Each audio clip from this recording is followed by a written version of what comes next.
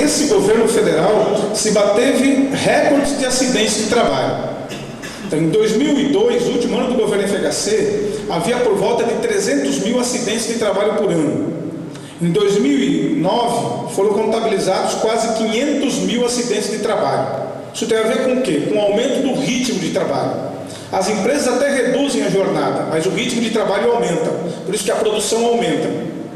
Hoje, as fábricas de automóveis produzem a mesma quantidade de automóveis que produziam antes da crise de 2008.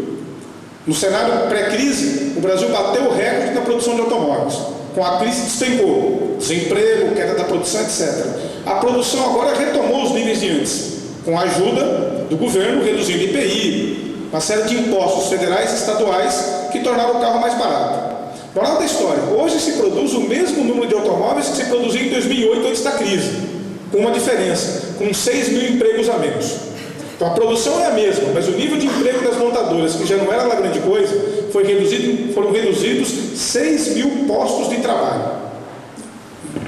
Algo parecido acontece com os serviços públicos, que aqui, a boa parte aqui entrou recente do magistério, mas os mais antigos se lembram que havia um plano de carreira, que é o desmonte do plano de carreira. Então hoje, praticamente, para você ter aumento de salário, você tem que esperar 3 em 3 anos para fazer a provinha do Paulo Renato, o vestibular. Se você não passa na FUVEST, o salário do fim, e para quem está no fim da carreira como eu, que tem 25 anos, ou para quem está começando hoje, o salário é praticamente igual. Aliás, muda em 30%. Então você chega ao final da carreira ganhando 30% a mais do que ganha no início dela. Quando havia o plano de carreira de 1985, a Lei 444/85, se terminava ganhando 2,5 vezes a mais do que se começava. Então não era um grande plano de carreira, mas era um incentivo à permanência na sala de aula. Hoje praticamente é 30% a diferença se você tiver sorte. Então, na realidade é um desestímulo.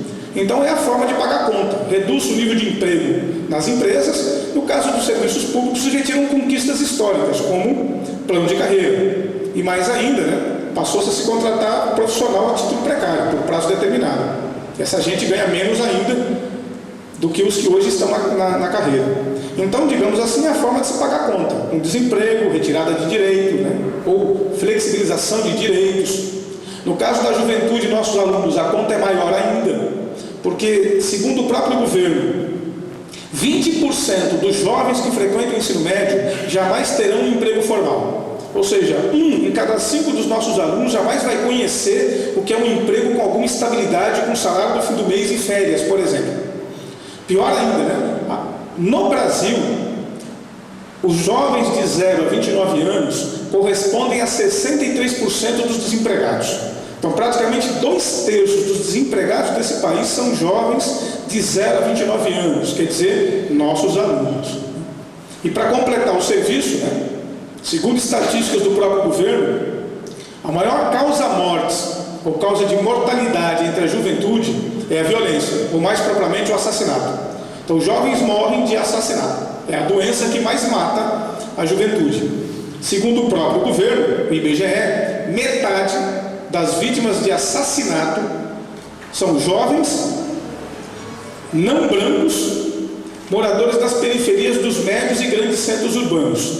Traduzindo, nossos alunos.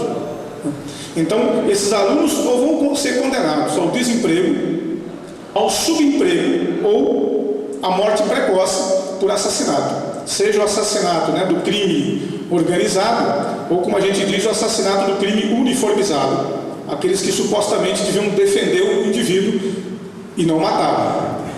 Então isso é, digamos, a primeira parte da crise da escola. E a lógica disso qual é? É transformar o que é um direito coletivo, um direito público, num assunto particular, num assunto individual. Então toda a lógica da política do governo é que os problemas coletivos se tornam problemas de natureza privada, individuais. Começa pela teoria do conhecimento. Inventaram que agora conhecer é um problema de cada um.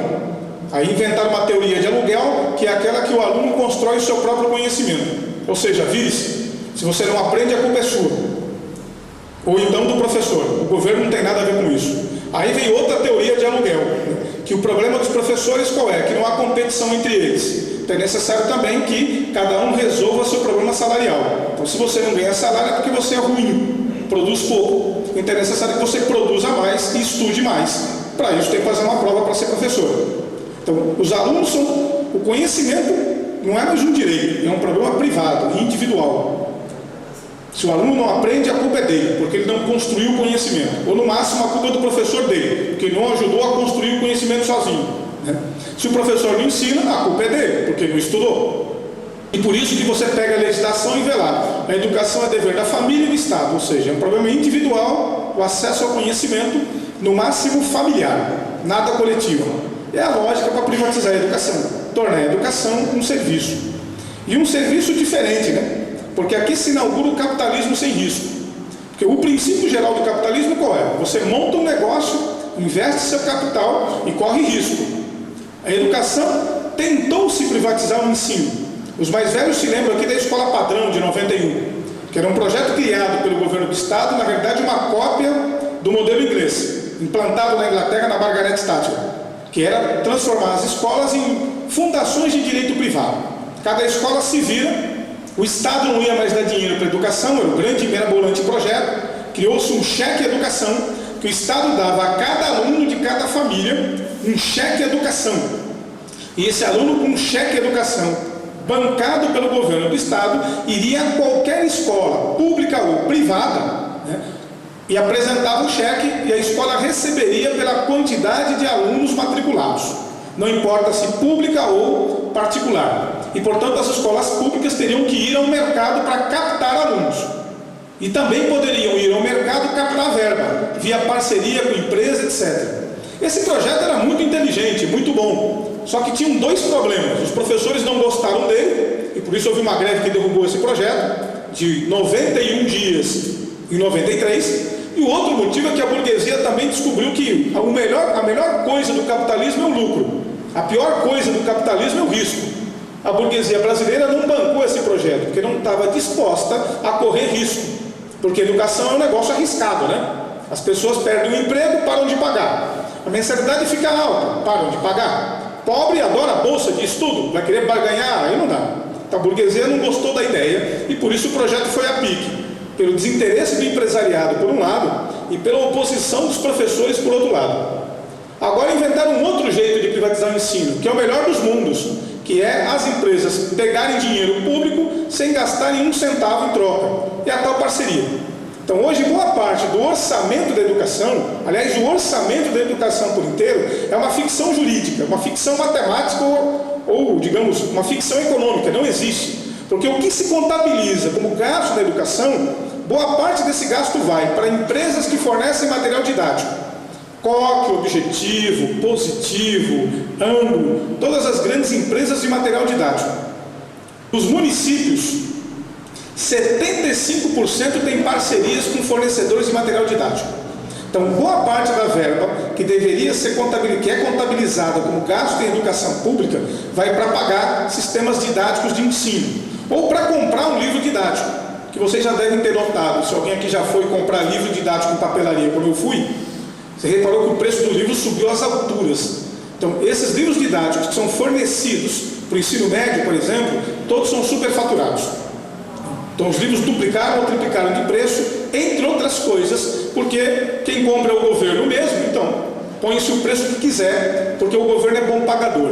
Então, boa parte do orçamento da educação vai para empresas privadas, para comprar livro ou sistemas didáticos. A outra parte vai por mecanismos diversos de parceria. Desde universidades privadas que oferecem curso para formar professores, aquele curso lá, Teia do Saber, né?